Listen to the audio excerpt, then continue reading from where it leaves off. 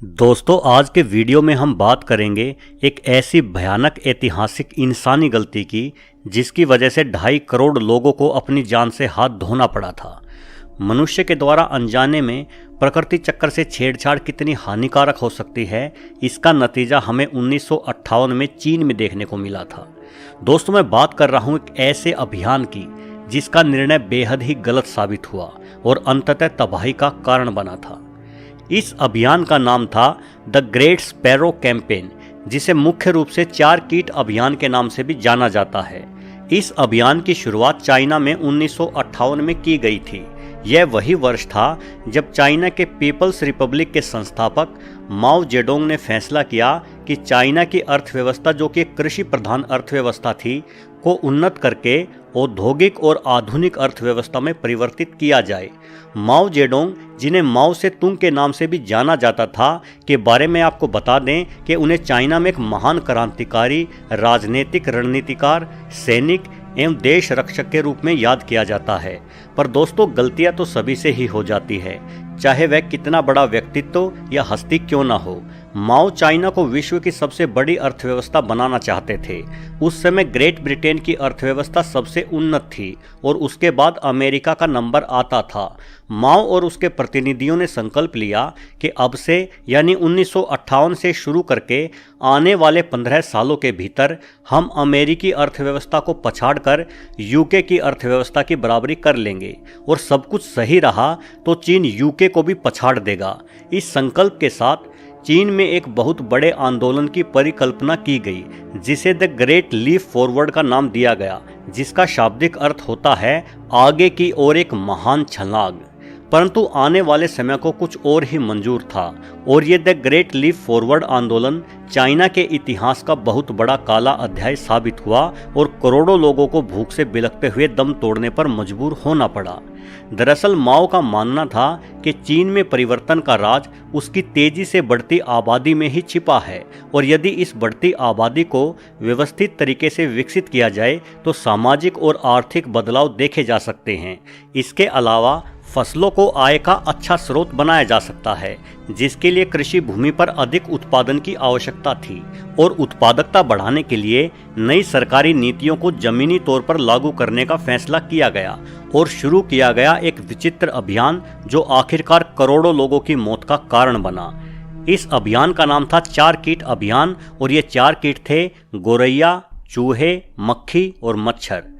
माओ ने कहा कि चूहे, मच्छर, मक्खियाँ और चिड़िया ये सभी मानव के दुश्मन हैं और इन्हें मार देना चाहिए। उनका देश चिड़िया यानी गोरैया और इन बाकी के कीटों के बिना भी रह सकता है। चीनी वैज्ञानिकों ने गणना की थी कि प्रत्येक गोरैया हर साल 4.5 किलोग्राम अनाज या बीज खा जाती है और फलों को भी नुकसान पहुंचाती है।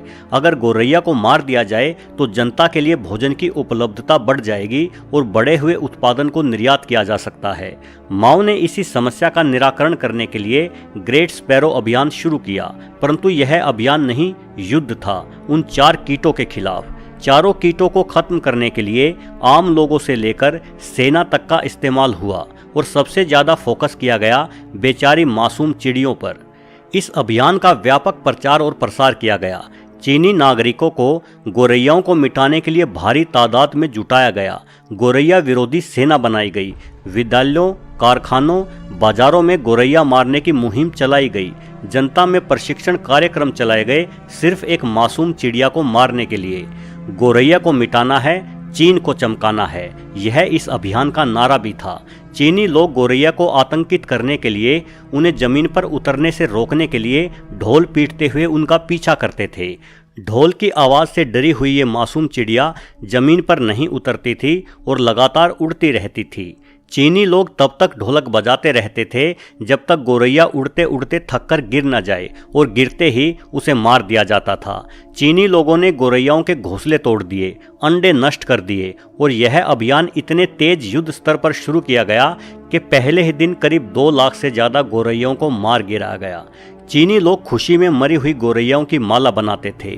चीनी जनता में इस मासूम चिड़िया को जड़ से खत्म कर देने का एक पागलपन की हद तक जुनून सवार था और इसके पीछे का कारण था कि चीन की अर्थव्यवस्था को अमेरिका से भी आगे लेकर जाना है।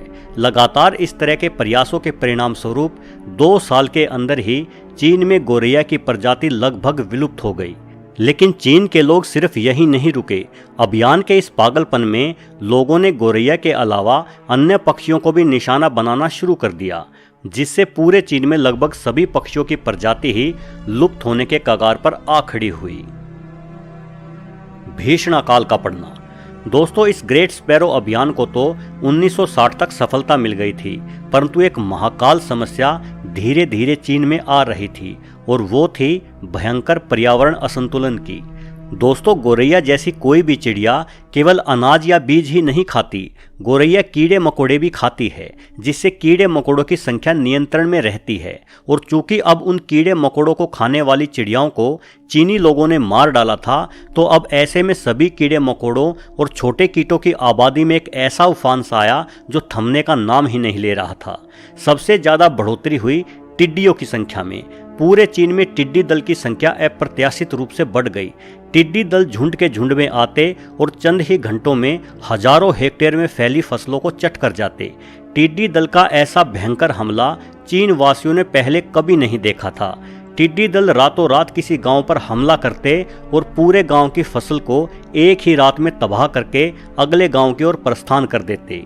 वही चीनी वासी बड़े ही बेबस से खड़े होकर ये सब देखते ही रह जाते। करोड़ों की संख्या में एक साथ हमला करते इन टिड्डी दलों को काबू करने में कोई भी तरीका कारगर साबित नहीं हो रहा था। टिड्डी दलों के आक्रमण और फसलों को खाने वाले अन्य कीट पतंगों के हमले के कारण चीन में पैदावार बुरी तरह से प्रभावित हुई। लगातार कीटनाशक के छिड़काव भी और चीनी सरकार के द्वारा अपनाए गए अन्य उपाय भी इन कीटों की बढ़ती संख्या के आगे बेअसर साबित हुए। उल्टा नए नए कीटनाशकों के प्रयोग ने फसलों को और भी ज्यादा सड़ा दिया था।